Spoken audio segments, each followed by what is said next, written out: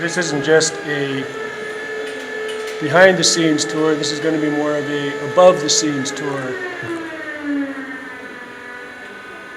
So here we are in Gallery 2 of the Glenbow Museum.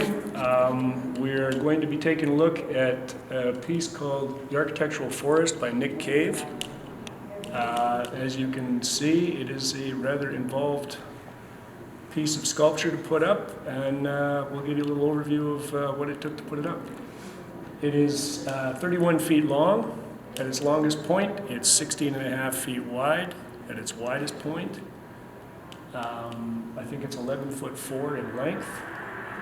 It consists of, if I'm not mistaken, I think it's 359 strips of beaded curtain, and they are in turn attached to a large armature which is suspended from the ceiling, and it's quite the accomplishment for the artist himself, and I imagine for every installation crew that's ever had to work with it and put it up. This shows the installation at the Frist Museum in Nashville, and they had a particularly different system. The way they put it up, they had a taller ceiling than we do, so they actually bought these grid units like this and spanned their entire gallery space with these. But because we don't have that luxury of having the tall ceiling, we had to do something completely different. And we went above the ceiling tiles to hang ours. When I got up here, I didn't see many points that I could hang those off of. So what I ended up doing was taking this Dexion shelving material and constructing these rails, 2 of them, that are probably over 40 feet long, that run the entire length of the piece above it. And then I ran these other pieces of Dexion across here, and then we ran the threaded rod up through the tiles and into the actual Dexion shelving, so that the piece itself is super structured, and we have our own grid system right above the entire grid system of the actual work itself. So I think it worked out really well. So the piece itself, as you can see, comes with these 3 lengths of unistrut, and through that are the threaded rods that go up inside of each one.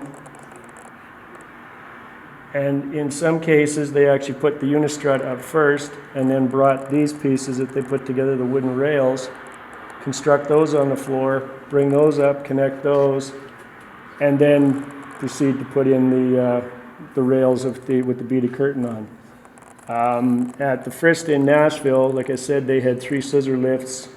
They constructed the entire armature, and then they lifted it up to these rods that were already hanging down off of that truss system they had, and then that's how they connected it. We didn't quite have that luxury because we were working above the ceiling and below the ceiling at the same time. So we used our 2 scissor lifts, the one that we're on right now, and a newer one, which causes problems because you have them lifting at a different speed. So that was a little bit of a trick. I think we had about 10 or 12 people down here as we were doing this. Once we got the piece balanced on the 2 scissor lifts and started to proceed to move upwards, people moved then into place with ladders and proceeded to thread the needle, 14 needles actually, through those holes.